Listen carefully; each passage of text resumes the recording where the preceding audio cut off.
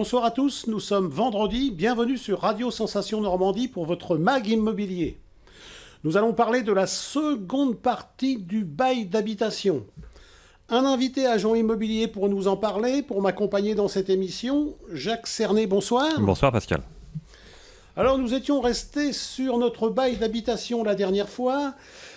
Quels sont ce que le bailleur doit respecter lorsqu'il loue un appartement ou une maison à son locataire? Il y a de la jouissance paisible, il peut rentrer dans la maison. Qu'est-ce qu'il a le droit de faire? Qu'est-ce qu'il n'a pas le droit de faire, notre bailleur, notre propriétaire? Alors le propriétaire doit en tout premier lieu apporter les normes de décence et d'habitabilité pour que le locataire puisse occuper l'appartement sans insalubrité, sans danger pour les occupants. La deuxième chose, c'est que le bailleur, une fois que le bail est signé, n'a plus le droit de rentrer chez le locataire sans son autorisation. S'il se fixe rendez-vous, ça c'est autre chose. Mais il n'a même plus le droit de conserver un jeu de clés du bien loué. Et puis le bailleur doit aussi une jouissance paisible à son locataire. Au même titre que le locataire, on lui impose de gérer en bon père de famille et de ne pas importuner le voisinage.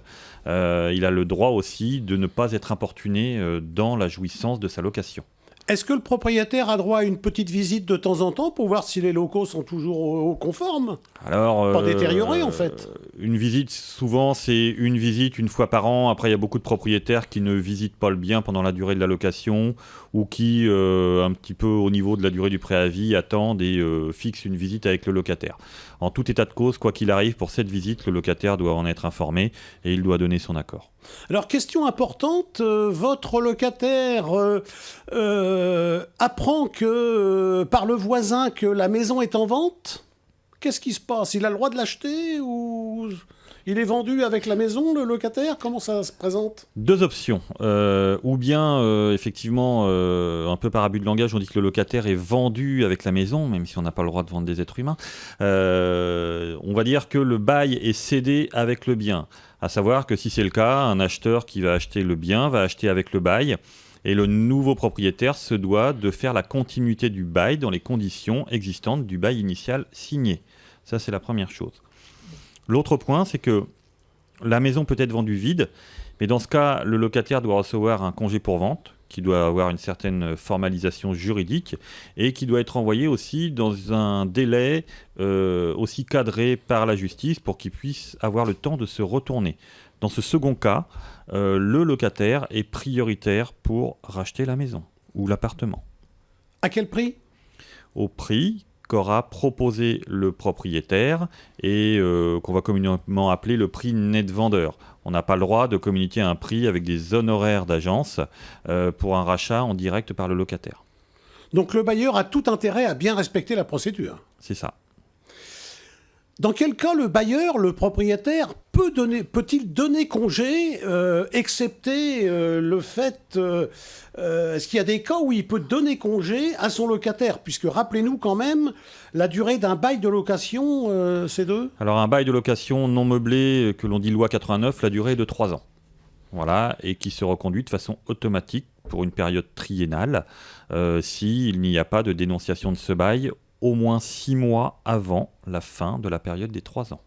Le bailleur peut récupérer sa maison, son appartement pour ses besoins personnels, pour l'habiter? On a deux cas, pour ses besoins personnels ou pour une famille très proche, c'est-à-dire qu'on peut avoir ou bien un congé pour vente parce que le bailleur décide de vendre le bien immobilier, ou bien un congé pour reprise. Et il faut faire attention parce qu'il y a certains bailleurs qui n'aiment pas trop leurs locataires, les locataires qui payent mais qui aimeraient bien s'en débarrasser. Et il y a eu des abus parce que les propriétaires ont donné des congés pour reprise et n'ont jamais repris le bien et ont loué à d'autres locataires. Dans un cas, comme vous dites, où il peut y avoir des différends entre bailleurs et locataires, conseil pour l'un ou l'autre, courrier recommandé ou on fait appel à un huissier? Ça va dépendre de la nature du litige. J'aurais toujours tendance à dire que la première chose à faire, c'est de se rencontrer. Si le bailleur et le locataire ne sont pas en capacité de s'entendre parce qu'ils n'ont pas forcément l'habitude, peut-être faire appel à un médiateur ou un médiateur de justice, sachant que souvent c'est un enjeu financier, que ce soit, on va dire, en espèces sonnantes et trébuchantes ou par rapport à l'entretien du bien. la première chose, c'est de se rencontrer. Après, en cas de litige, moi, le conseil que je donne, c'est de notifier d'abord par lettre recommandée, et s'il n'y a aucun retour, de notifier par huissier. Question d'une auditrice qui nous parle d'un bail à mobilité. C'est nouveau, ça vient de sortir, Jacques ? Alors, c'est dans le projet de loi du gouvernement où il souhaite avoir, c'est-à-dire un petit peu moderniser les aspects des baux de location au-delà du bail meublé et du bail non meublé, c'est-à-dire la création d'un bail à mobilité avec un préavis réduit et pour que les gens, s'ils sont amenés à être mutés ou bouger en France pour avoir du travail, puissent avoir des contraintes moins importantes que les baux existants à ce jour. Ça dure combien de temps, ça, un bail à mobilité réduite, comme vous dites ? Alors, je crois que c'est à peu près une année, quelque chose oui, à comme peu ça près une année, oui. Parce que dans le bail traditionnel de location, le locataire s'y prend comment s'il veut quitter les lieux parce qu'il est muté à l'autre bout de la France ? Alors, pour quitter les lieux, sans parler de mutation, sur un bail non meublé, le locataire a un préavis de 3 mois, c'est-à-dire qu'il envoie un courrier recommandé à son bailleur ou par huissier, et il dit « voilà, je quitte le bien ». Si c'est un départ normal et classique et que nous ne sommes pas en zone tendue, comme c'est le cas à Bernay, il a un préavis de 3 mois.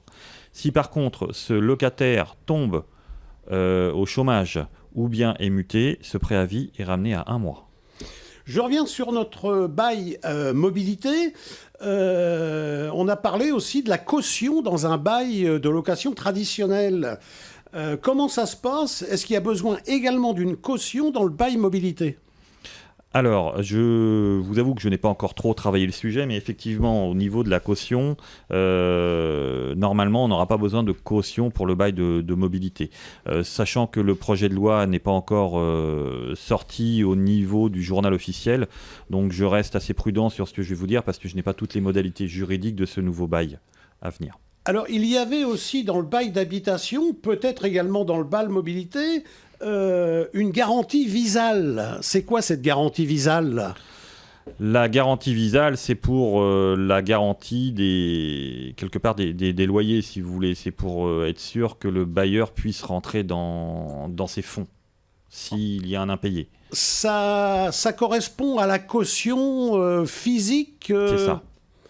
Puisqu'on a parlé de la caution physique, c'est-à-dire que le locataire loue sa maison, son appartement, et il fait appel à une tierce personne qui va le garantir en cas de non-paiement des loyers, en fait, c'est ça ? C'est exactement ça, c'est le pendant, on va dire, du garant physique, et sinon après il y a d'autres systèmes, mais pas dans le bail à mobilité réduite, qui est la garantie loyer impayé.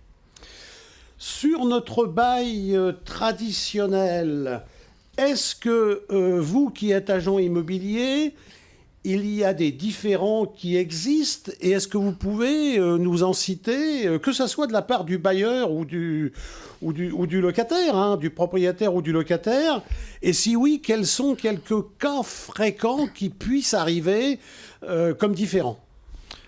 Alors, les différents qui existent, ça va être les gros différents qui existent vont être par rapport à des travaux, par exemple, qui sont à réaliser. On va avoir des locataires qui veulent certains types de travaux dans le bien et des bailleurs qui veulent ou ne veulent pas faire ce type de travaux.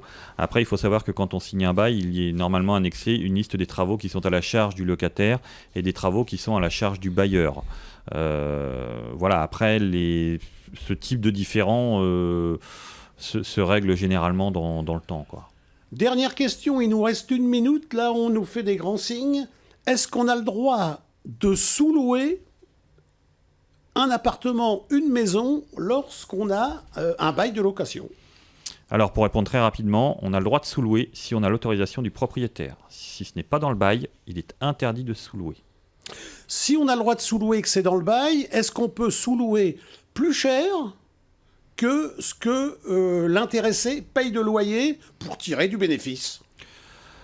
Alors, on peut sous-louer effectivement à des prix qui sont différents. Après, sur l'appartement en lui-même, on va pas, généralement, les gens vont sous-louer au même prix que le loyer. Après, sinon, on va parler de sous-location de chambres pour des zones tendues.